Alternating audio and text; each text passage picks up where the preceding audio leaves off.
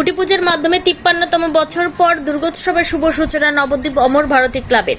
নবদ্বীপ শহরের গামতলা এলাকায় অবস্থিত নবদ্বীপ অমর ভারতী ক্লাবের এবারে দুর্গাপুজোর 53তম বর্ষে পদার্পণ করল।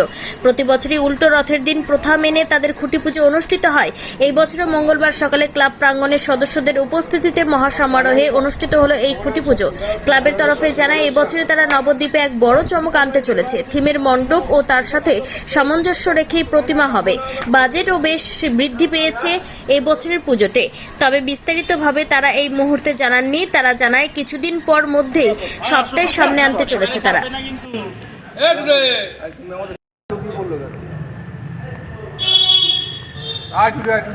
আজকে আপনাদের কর্মসূচিটা কি ছিল? আজকে আমাদের কর্মসূচি ছিল খুঁটি পুজো। কততম বছরের পুজোটা আপনাদের? এবার 53তম বছর। আপনার ক্লাবের নাম? নবদ্বীপ অমরভারতী ক্লাব। এবছর কি ভাবনা নিয়ে পুজো করছে?